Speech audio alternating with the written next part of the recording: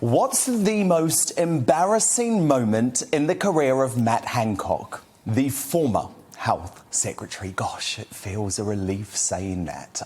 Before last Thursday, I thought it might have been this.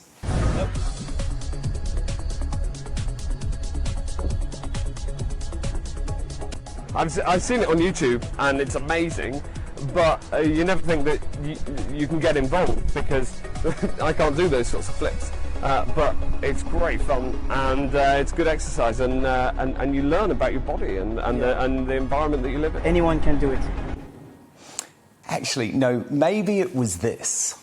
Well, it's just, it's been such a tough year for so many people, and there's William Shakespeare putting it so simply for everybody that, we can get on with our lives. Or this.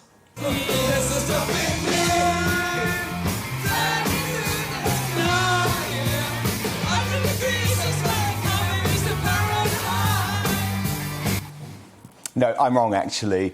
It had to be this statesman-like behaviour. The parliamentary candidate for Warrington North for the Conservative Party. It's been absolutely fantastic being here this morning with Matt Hancock. My second visit this week, actually, seeing some of the amazing work that the staff are doing here at the hospital. Or perhaps it was last week when the Queen described him as a poor man. I've just been talking to your Secretary of State for Health, poor man. He came to the Privy Council. Oh, yes. He's full of full of beans. comment. Yes. He He is. thinks that things are getting better. Well, they are. Things weren't getting better for Matt Hancock, though. As we all now know, it is the footage leaked to the Sun newspaper that is the low point, the nadir of Matt Hancock's career. Here's the important point, though. Hancock's shame is actually nothing to do with his personal behaviour, his sexual behaviour, although naturally my heart goes out to his loyal wife, who he has brutally dumped. The biggest disgrace of this whole tawdry affair is what it really exposes about the government's so-called rules. They are prepared to put their citizens through sacrifices they would never think to make themselves. How many people do you know who over the past year missed saying goodbye to dying relatives, couldn't attend funerals or weddings of loved ones, were unable to hug a friend in need, who sacrificed critical moments of their youth from school proms to university graduations, who gave up private sexual relations with their boyfriend or girlfriend? That was all down to Matt Hancock. He was puritanical in his ambition to control the public's behaviour with enforcement by law if we slipped up. No excuse was good enough for him. There was no consideration of personal responsibility. Matt Hancock inserted himself into every aspect of our private lives. He was metaphorically in our living rooms, in our gardens, and yes, even in our bedrooms. But Matt Hancock was just like virtually every other politician, a hypocritical fake. While he was going out in public for over 15 months to insist that even the slightest blip in our behaviour could, and I'll never forget this, kill your granny, his behaviour apparently didn't count. Behind the scenes at the Department of Health, there didn't seem to be any masks or social distancing.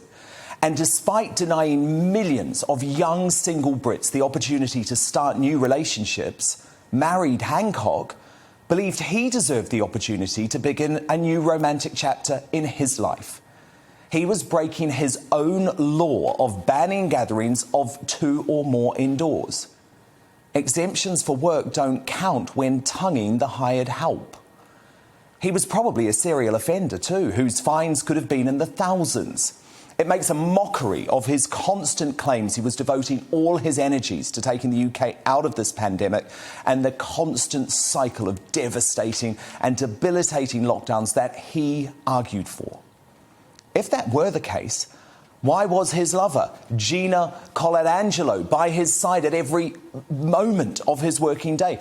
If that were the case, why did he announce to his wife that he was leaving her within hours of being alerted to the Sun's footage? This entire scandal should give the Conservative government pause for thought. Taking such a draconian approach over how to treat fellow human beings is not only cruel, but also hypocritical. The British public were largely prepared to make sensible sacrifices at all the key moments throughout this pandemic, weighing up personal risk and the health of their fellow citizens. We actually didn't need the publicity-obsessed Hancock wailed out every 5 minutes to reel off infuriating lectures like the primary school teacher who all the students just love to ignore. His legacy during this pandemic will be forever tarnished by his behaviour in private. While there are clearly questions to answer about how the footage was leaked to the Sun newspaper in the first place, a story that GBNews is very much pursuing, I understand the fury within his department given his rank hypocrisy. Hancock thought he was better than us. Hancock thought he was superior to us.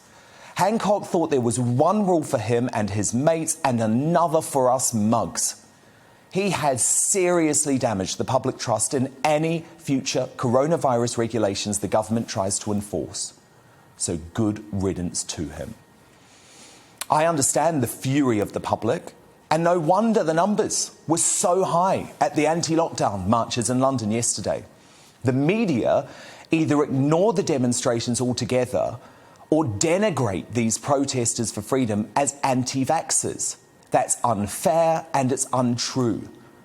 No wonder there is disillusionment when the BBC and ITV News and Sky News devote hours of coverage to the protests of causes they deem worthy, like the anti-Iraq marches or Black Lives Matter or Extinction Rebellion, but ignore a massive and growing anti-lockdown movement.